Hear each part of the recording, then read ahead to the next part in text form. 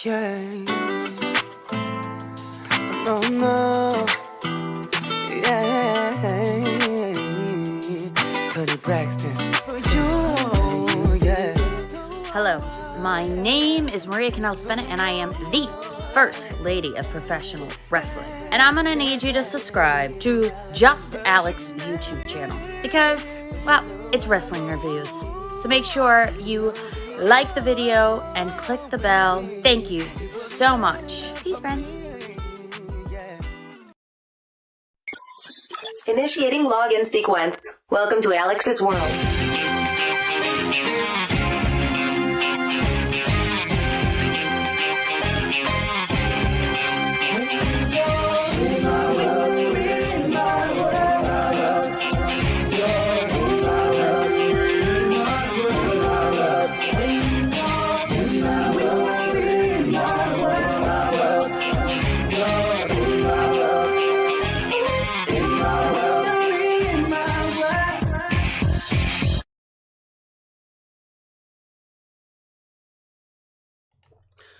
What's going on, YouTubers? Welcome to Alyx's World, a safe space for wrestling fans like you. I'm your host, Alyx, Just Alyx, and yes, we are live. I'm still having internet issues. I'm almost to the point where I need to get a new router. This has been happening for the last few days, and it's really annoying me. I don't know why the internet keeps going in and out, the inconsistency, but I'm getting sick of it. So hopefully we can get this fixed. I apologize if the stream keeps crapping out. That's me. That's on me. That's no one else's fault. Hopefully things get fixed. Hopefully things work themselves out as time goes by here. But it seems to be okay for now. And people can hear me. People can see me. I'm getting donations. So hopefully it doesn't crap out all the way.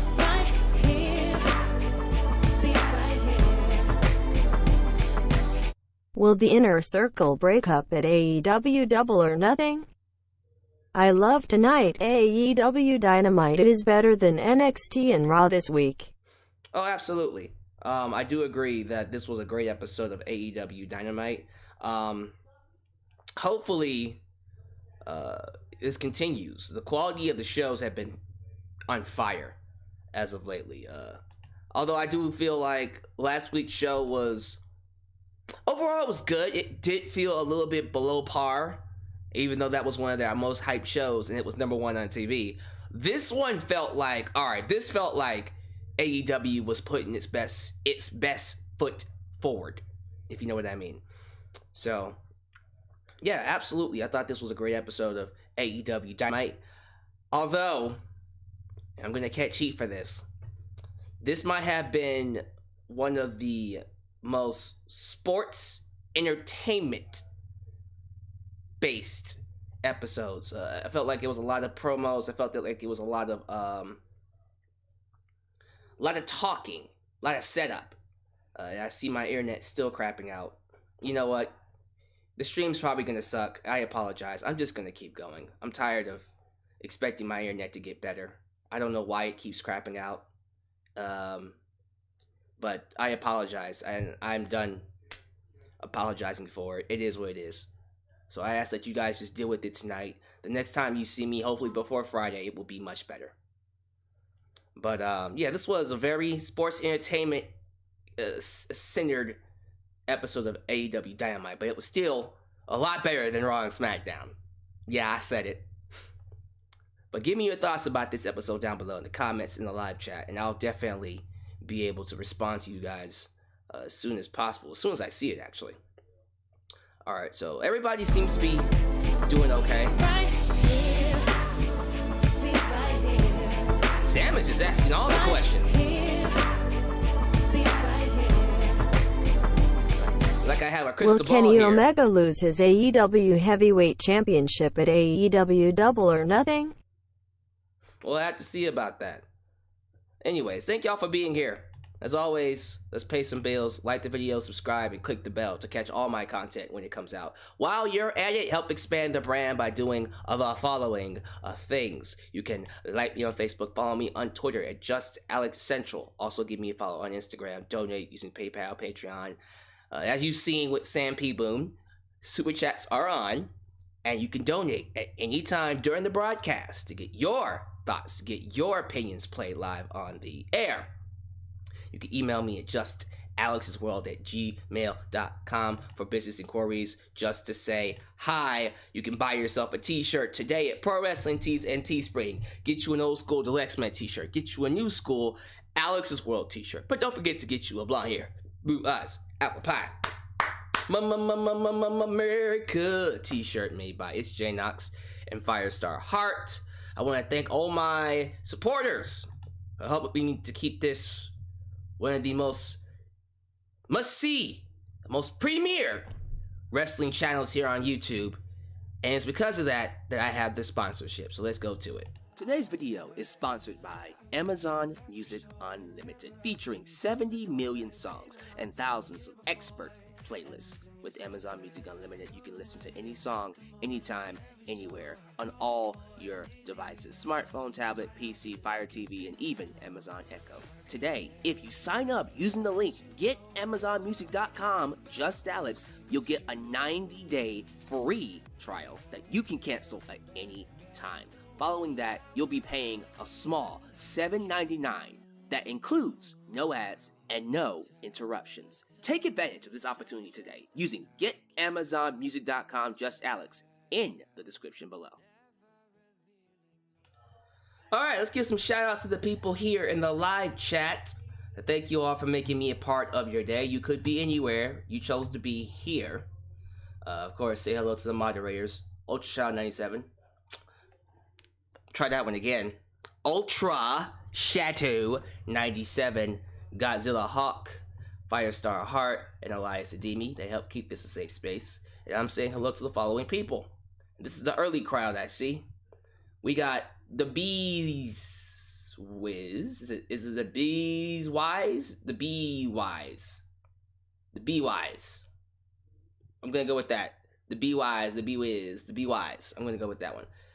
New Japan Pro Wrestling Girl, Chris Haney, Rolando Sabio, Diego Rivera, Quentin Gilbert, Adam Ritter, Husky518, Taryn Jones, Jamarcus Williams, Joseph Winters, Taylor Thomas, Yeslin Velez, Sonic Artemis. Yes, my connection is screwy. I need to get new, more than likely I have to get a new router, because this is getting out of hand. Anthony White, Ray Perkins, who else we got? True Fire 901, Pikachu Black, AEW fan. Isn't that appropriate? AEW fan 167. I want to be sure I catch everybody here because it's starting to move a little bit. Or is that everybody? That can't be everybody. Hold on for a minute. Joe Arredondo. Yeah, I was about to say how the hell did I get all of them when it's like close to. Okay, now y'all want to start showing up. Here y'all come. Yeah. Come on in. Don't let me stop you now. That's what I was about to say. Like all these people on the screen in the stream, and no one's saying nothing. Yeah, come on. Lord have mercy. Paul Bub, Jet X 6887, Kurt Luttrell. Last but not least, Shannon M. Thank y'all for being here. Thank you for making me a part of your days. You guys are awesome. Go ahead and like the video, subscribe if you haven't already. Now, let's go ahead and talk about what I think is easily one of the most sports-centric, well, not even sports-centric, I would like it to be sports-centric, sports entertainment-centric episodes of AEW Dynamite. Lots of promos, lots of goofy segments, lots of things you would usually see in WWE. With that said, this was one of their better. I honestly believe this. If this was a WWE episode of Raw or SmackDown, it'd be one of the best all year. I'm not kidding you. If this was an episode of SmackDown, it'd be the best episode of SmackDown. And if this was an episode of Raw, it'd be one of the best episodes of Raw in decades. This was a great episode of AEW. It had a lot of WWE qualities to it, but you know what? AEW does WWE better than WWE. It does. Everything made sense. Everything led to something. A lot of the things that I thought was going to not come off very well actually came off extremely well. I have zero complaints about this show. Well, okay, that's not true. I have one, I won't even call it minor. It's a complaint that needs to be addressed. When we get to it, I'll take my time to talk about it. It's one complaint, but only one complaint. Everything else is solid. Everything else is doing very well. Actually, one nitpick. It's a nitpick, but it should be addressed. So this past week, I've been giving Raw and SmackDown a lot of crap for not featuring their women's division all that much. Raw, out of 3 hours, we only had 15 minutes. On SmackDown, out of 2 hours, they only had 6 minutes. Tonight, out of the 2 hours we got, AEW gave them 10 minutes. Now, granted, that's still a lot better than SmackDown, and it's a more percentage than Raw, a higher percentage than Raw, but 10 minutes? I don't know how I feel about that. The women ain't getting love this week. What's up? But what I will say about AEW's 10 minutes that they gave to the women, they used it well. They gave them an entire slot. And within that slot, you got Jay Cargill, you got Britt Baker sit-down interview with Jim Ross, you got Thunder Rosa. So they did a lot in that 10 minutes. But it is just 10 minutes. And sometimes I wonder, man, if you can do that much in 10 minutes, imagine what you can do in 20.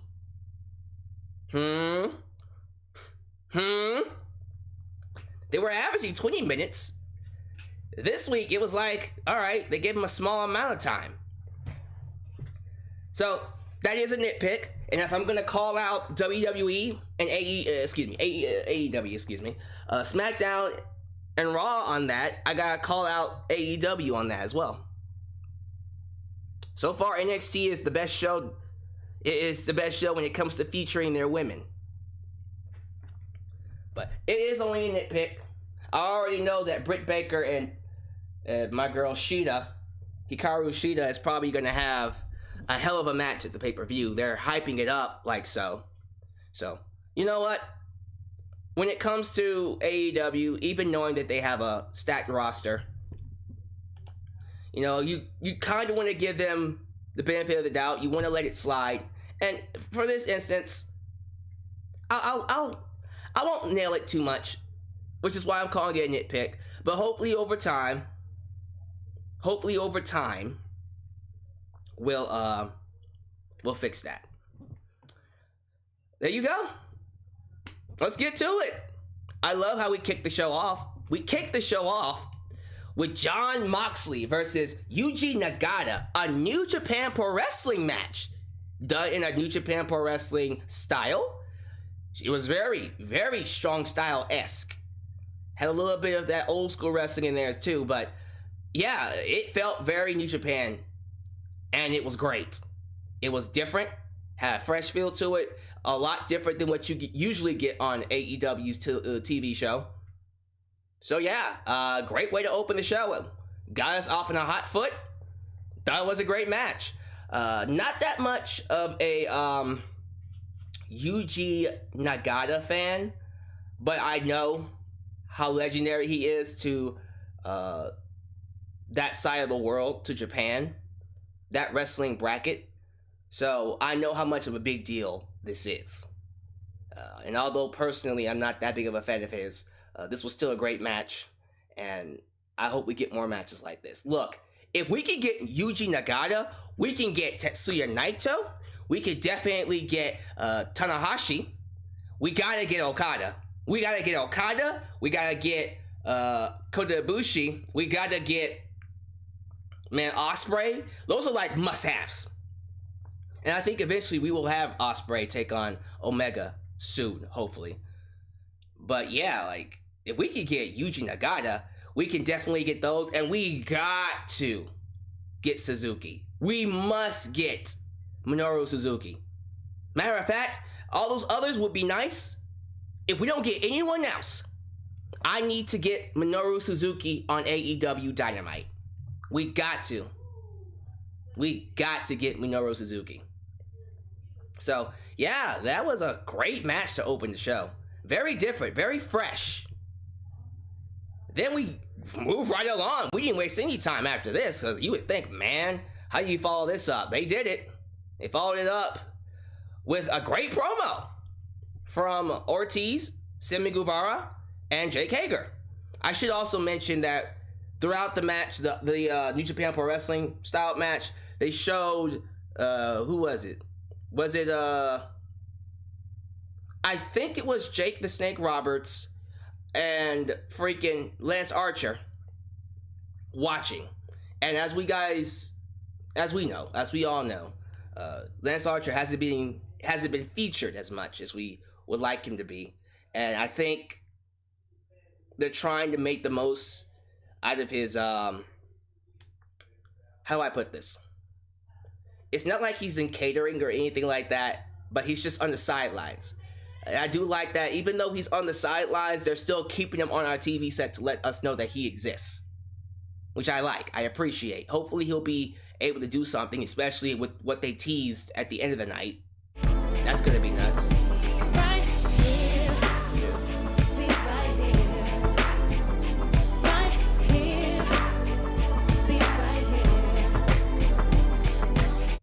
Do you like the new music for Jon Moxley from the movie called Major League Baseball, starring Charlie Sheen?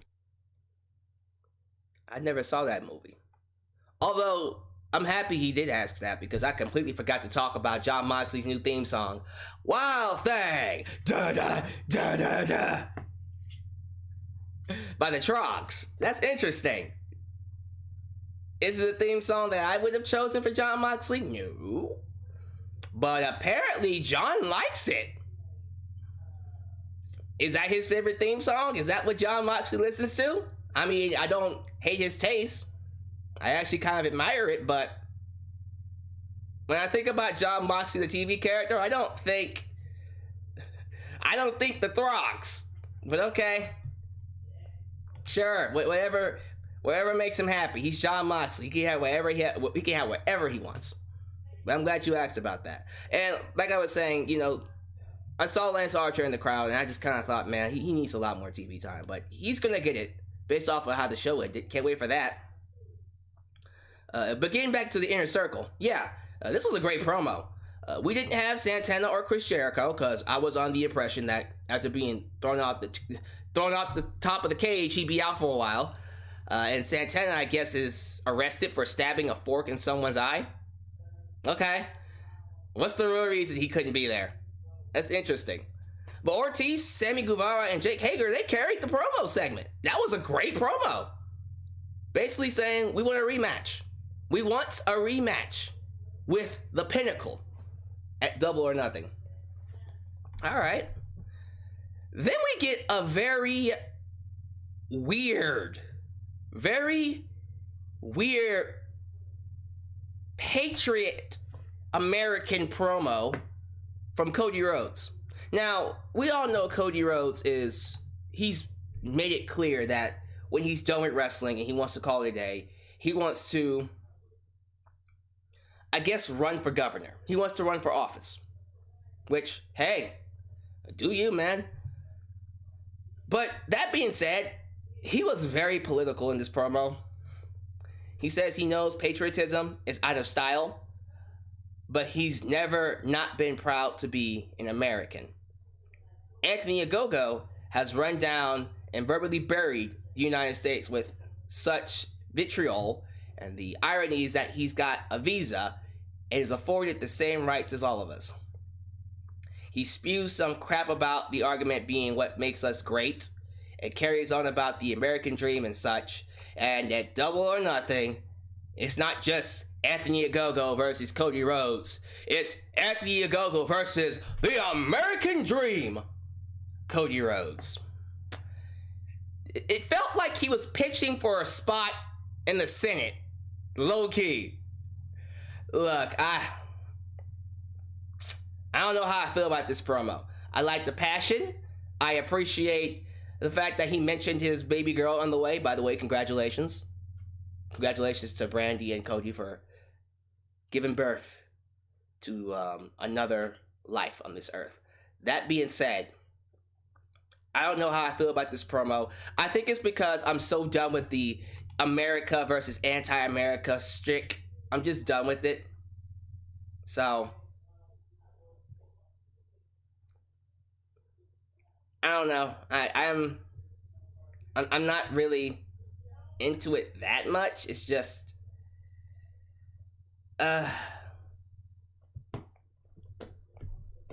it got the job done. People were into it. Got a lot of USA chants. And it was to hype up a match with him and Anthony Ogogo. Sure, I guess. Just, do we have to pay Anthony Ogogo as an anti-American? Do we have to go there? Because I'm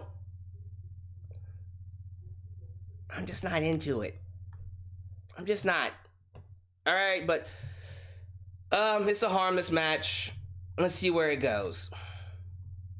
Anthony Ogogo is that guy with the golden fist, right? The striker, the former boxer. Okay, sure. And I think after that, they did the tag match, right? So, this is where we get to my issue.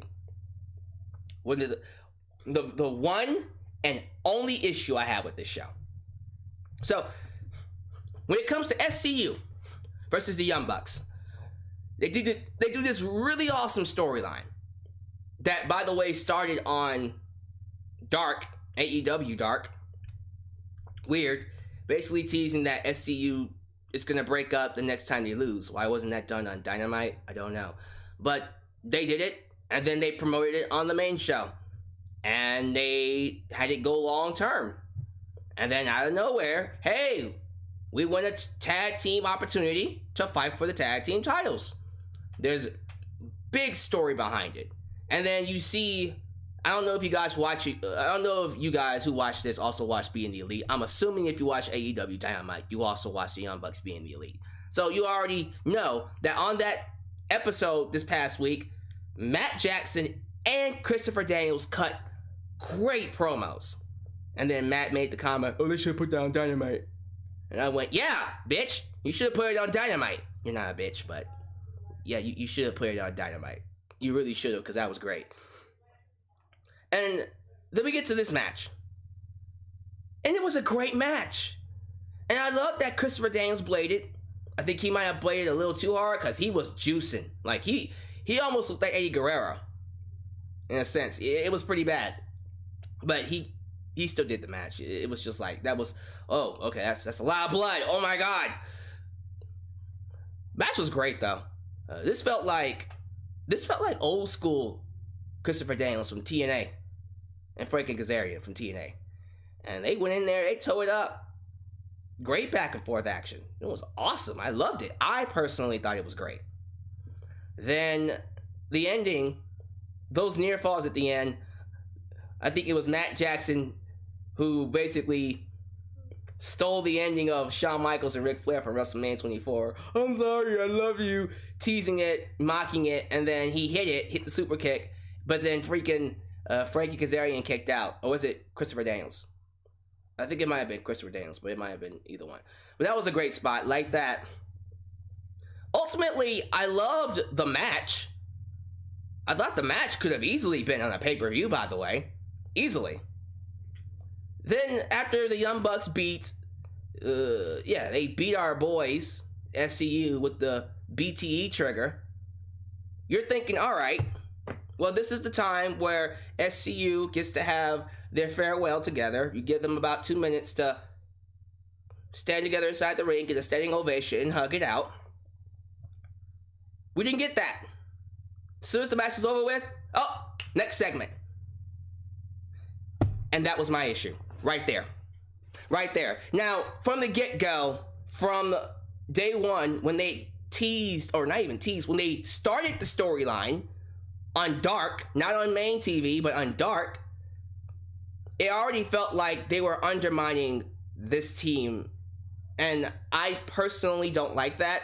You know, SCU, it has a lineage. It's been going around.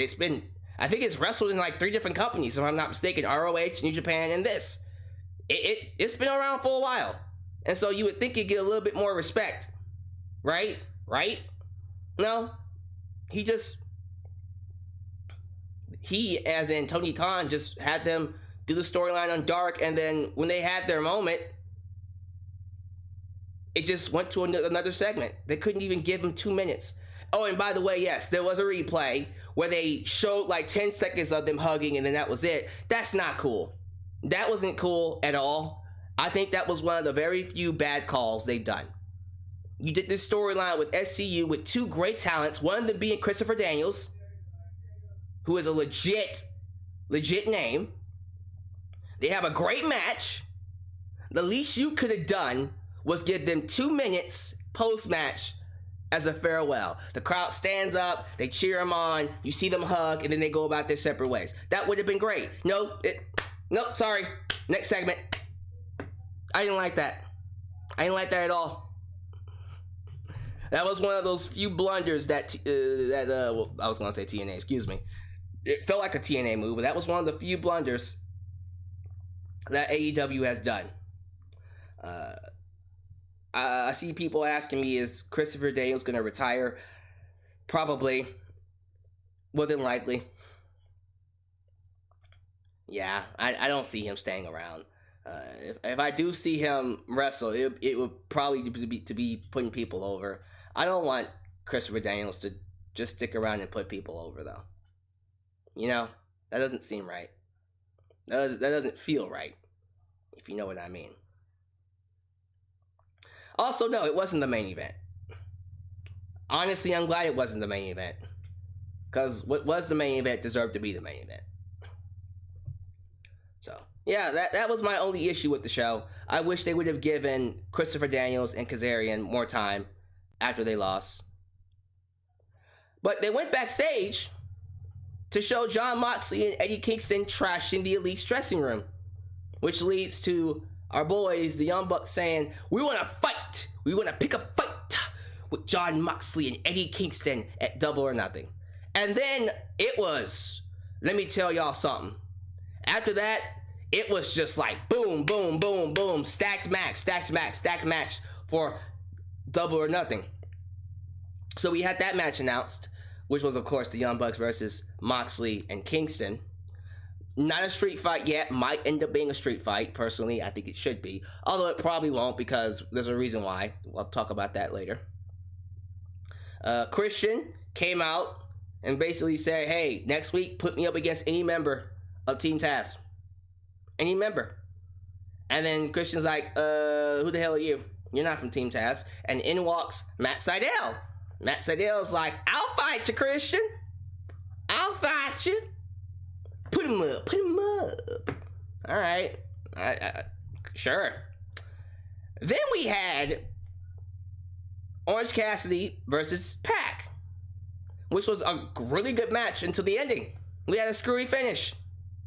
A very rare screwy finish where Don Callis interrupts the match and Omega knocks out Pac while Cassidy was down. And then Tony Khan, well, hold on, I'm getting ahead of myself. The match goes to a double knockout, double KO. Well, no contest, because neither man was able to answer the 10 count. And Omega was all like, well, I guess I'm not wrestling anybody at Double or Nothing. And then Tony Khan said, yeah, Tony. And Tony's just like, bitch, speak up. He told Tony to go on stage and announce that at Double or Nothing, it's going to be a triple threat for the AEW World Championship, which is a first. This is their very first triple threat match for the AEW Championship. And that, Pac, Orange Cassidy, and Omega, that's going to be amazing. That's going to be a banger. A banger. Oh, that's probably going to be easily the match of the night for sure. There's only maybe one or two that could top it, but that is going to be an amazing match. I can't wait for that. That's going to be fire. Of course, they did more teasing for Young Bucks matches. Apparently, Young Bucks are going to be fighting the Varsity Blondes. And then they talked about how Brian Pillman Jr., oh, I miss my daddy, due to the the recent Brian Pillman episode of Dark Side of the Ring. Nice plug there. But goddamn. And then we got Hangman Adam Page being interviewed talking about hey, so Brian Cage, you beat me when you had help. Can you beat me when it's fair, one-on-one? Okay, prove it at Double or Nothing. So we're gonna do cowboy shit versus the Machine. Who's gonna win? Cowboy shit or the Machine? And then we got a very... Okay, this was a WWE segment if I ever saw one. The Pinnacle are inside the ring. MJF is wearing a crown because he calls himself the king of AEW since beating Chris Jericho, the Ayatollah of wrestling or something like that, whatever. So they're calling a promo and they're all like, we're better than the Inner Circle, they're gone forever, we win, ha ha ha ha. The crowd's all like, rematch, and Moxley's like, oh, not Moxley, Maxwell, not Moxley, Maxwell. He's all like, well, let me think about it. No. And then Tully Blanchard gives them all watches. And then we got women on the ring, and I was just like, ooh, okay, I like the women though. And that's when they get interrupted by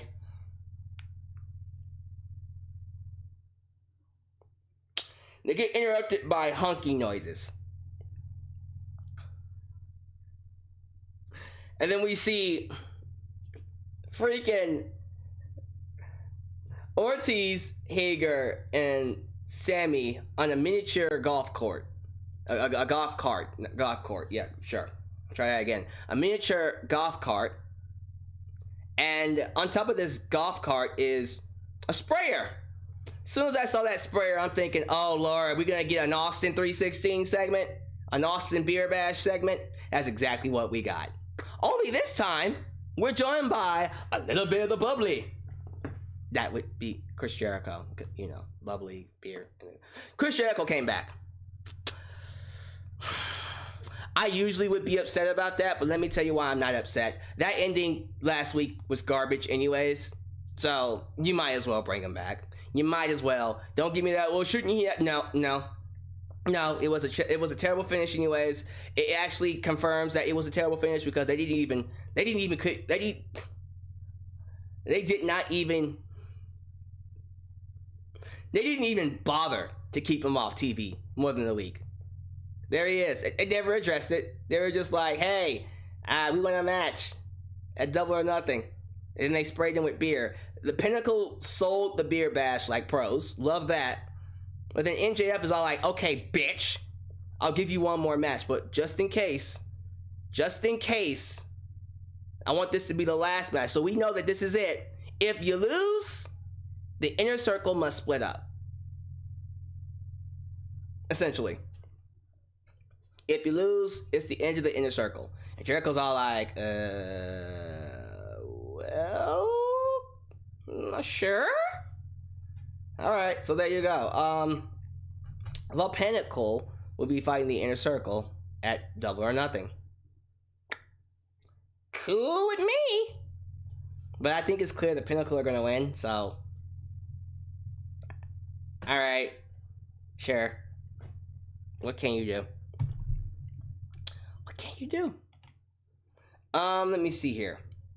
So, after that, I think it was the women, right?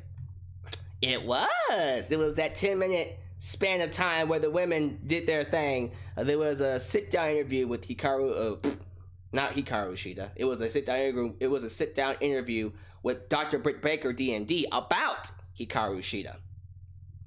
Had to correct myself there. This was a great promo. Britt Baker has improved so goddamn much. I can remember, it was just a year ago, I was just like, yeah, I like you, Britt, but you need some work. Now, it's like she's the best women, she's one of the best things in all of women's wrestling. Real talk. Not just in AEW, that's without saying, but in women's wrestling, period. Oh, she's turned herself into a marketing machine. She's amazing. She's awesome. And I think it's time we give her the belt. I think that match with Hikaru Shida is going to be fire. And Hikaru has done a great job with the belt, holding it for the time being during the pandemic. But you know what? I want to see my girl Britt Baker get some love. And I can't wait for that. It's going to be a great moment.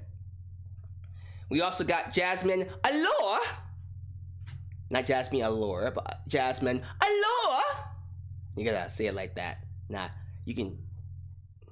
Versus Thunder Rosa. My girl Thunder Rosa beat that woman really, really quick. Shoulder breaker into the Thunder Driver. Pretty dope. So Thunder Rosa, again, I know she's with NWA, so they can't really do much with her. But man, you would think that when Britt Baker, and I do mean when Britt Baker wins that title, we're gonna get Thunder Rosa versus Britt Baker, right? Britt Baker, right? We have to get Britt Baker versus Thunder Rosa. We gotta. So we'll have to see. It just seems to be the right way to go about things. And then we got Jade Cargill, who's still doing this storyline where it's all like, hey, I'm looking for a manager. Who's it gonna be? I don't know where the hell that's gonna go. Hopefully at least it's something interesting that it pays off. Because right now I'm just like, well, I mean, other than Vicky Guerrero, I don't think she really needs a manager. Like, are you gonna get Shaq to be your manager or something? I have no idea. Okay. What was easily the match of the night for me? The best match of the entire show was that main event. Miro, aka Rusev, taking on Darby Allin. Now, before the match, they did a Darby Allin vignette video package where he went up to a beat up old skating rink that he used to haunt, and asking Miro what he's actually achieved in AEW. He knows exactly who he is, but who is Miro? Ever since you left WWE and got rid of your glass ceiling, you haven't been able to accomplish shit. When it's all said and done, you will have to admit that I'm the best man, because I will be, and still am, the face of TNT. As soon as I saw that promo, I'm like, well, I guess that means he's losing the belt, isn't he? Guess what happened? Miro destroyed Darby Allin. He had a couple of hope moments in there where he got some offense, but for the most part, it was a Miro destruction match. It was a massacre. He absolutely kicked. Excuse me. Sorry about that. He absolutely kicked the booty of Darby Allin. And that poor man could do nothing about it. Darby just got his ass handed to him. And of course, you had Scorpio Sky and Ethan Page on the outside attacking Sting. So it was just a bad night for Darby and Sting. And if you didn't figure it out, as you can imagine, Miro basically ripped that championship from Darby by making him pass out to Game Over, the goddamn Cobra Clutch finisher. And then you go. This was a great match. This was awesome. I dare say this might have been Miro's best match. Thinking about it really hard. Yeah. I think this was Miro's best match. Like, period. At least his best match since his run with Rusev. He looked amazing. Darby made him look like $1 million, and Miro owes him a lot of money because he made him look like $1 million. This was a great match. I love this. I loved everything about this. I'm so happy that that they were able to make Miro look so good. And as of right now, Miro is now the face of TNT. He is your new TNT champ. And as soon as Miro beat Darby, and they, of course, move on to Darby and Sting versus Ethan Page and Scorpio Sky, which is going to be a tag match at the pay-per-view, here comes Lance Archer. So we're going to get Lance Archer and Miro for the TNT title. So hold on. Let me lay out Double or Nothing for you. Let's just go through it one more time. You ready? You ain't ready. Let's do it. Britt Baker versus Hikaru Shida for the women's title. I'm already there. You're already lighting my flames with that one. Young Bucks versus Jon Moxley and Kingston, Eddie Kingston. Woo! All right, well, now it's blazing a little bit. Now it's getting a little out of control. That triple threat, Omega, OC, Orange Cassidy, and Pac. Woo-wee! We're gonna do a freaking Casino Battle Royal involving Christian and many others. And then we got Cody versus Anthony Ogogo. We need a buffer. That'll be a buffer. Omega versus Cage, which is gonna be, not Omega. Hangman Adam Page. That's gonna be crazy. I wish he was Omega versus Cage, honestly, because that's kind of what he deserves. But Hangman Adam Page versus Cage. Page versus Cage. Page in the cage. It looks like we're gonna be doing Darby Allin and Sting versus Ethan Page and Scorpio Sky, and then freaking Miro versus Lance Archer. Like, god damn. And then of course, Stadium Stampede, the Inner Circle versus the Pinnacle. I don't know about y'all, but that is stacked. That is a stacked card for Double or Nothing. I'm ready. That's gonna be a hell of a show. Now, we gotta talk about it. We gotta talk about it, y'all. We gotta talk about it. AEW, here's my thing. When it comes to making shows, when it comes to hype, you are the kings. You are the best at it. You get me more excited about your shows than any other company does about their shows. You're great storytellers and you're great hype men. These matches themselves are going to be great. What's going to hurt them are your finishes. Right now, today, make sure that your finishes are tight.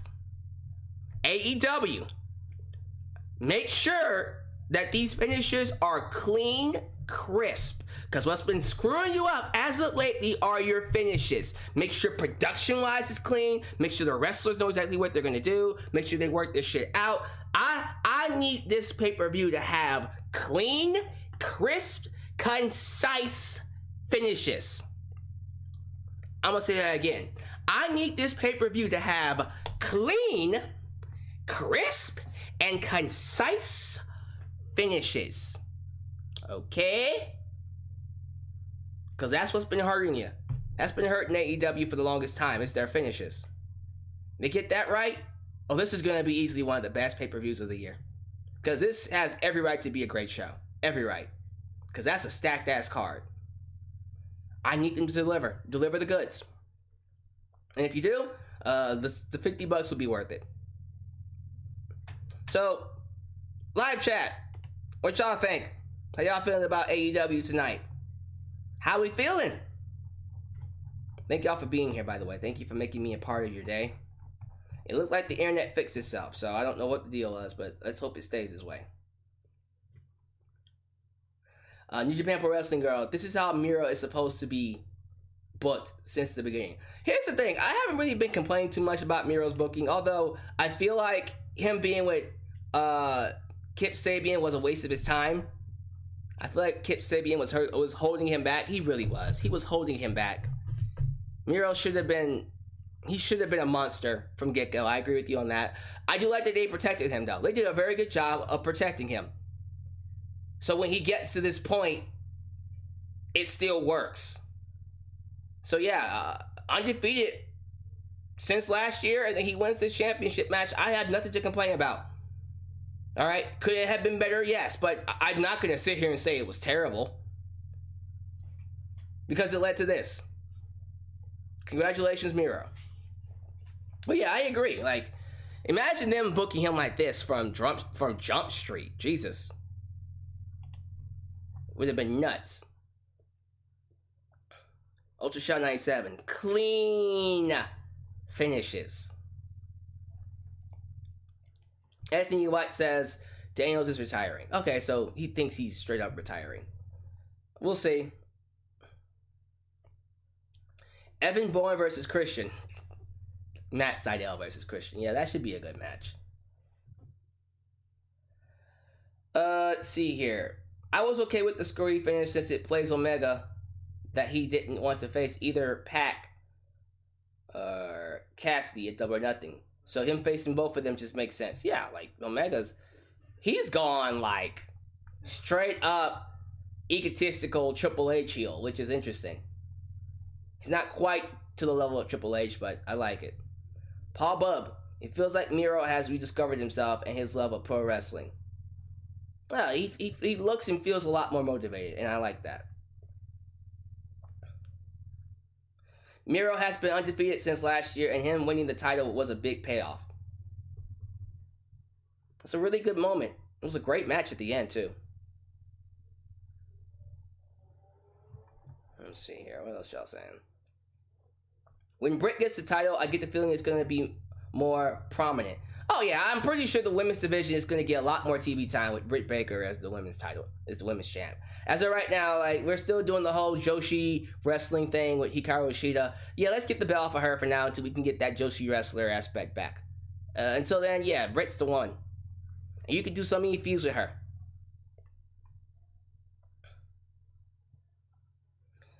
John did that in tribute to another New Japan Pro wrestler, and the movie is Major League. So it's not really his theme song, it was just paying homage to someone. Okay. The Pinnacle and Inner Circle segment, yes, it was a WWE type of segment, but you gotta admit, it was still awesome. Oh, I still enjoyed it. I just thought it was very sports entertainment-esque, if you know what I mean.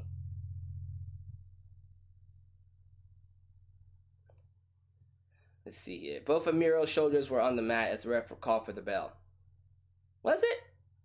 Oh, I don't know. I don't know if I saw that. Yeah, someone's saying that this is the best match Rusev, or not Rusev, but Miro has ever had. Okay. Yeah, because it really was a great match. Alright, guys. I'm not going to keep you here too long. Thank y'all for being here. Give me your thoughts about everything down below. Thank y'all for making me a part of your day. I am going to move forward and get ready for this upcoming weekend, which is going to be, again, WWE Backlash preview on Friday, and then the review on Sunday. Hopefully by Sunday. I don't know about Friday, but by Sunday, my internet should be fixed. I'm praying that it will be fixed. And if it isn't, someone's going to pay. You're going to pay. You're going to pay. Something. You're going to pay. You done it now. You gone and made a big mistake. I love that theme song. But I'll see you guys this weekend for more live reviews. Thank y'all for being here. Catch you guys next time right here in Alyx's World. I'm out. Love you all. Peace.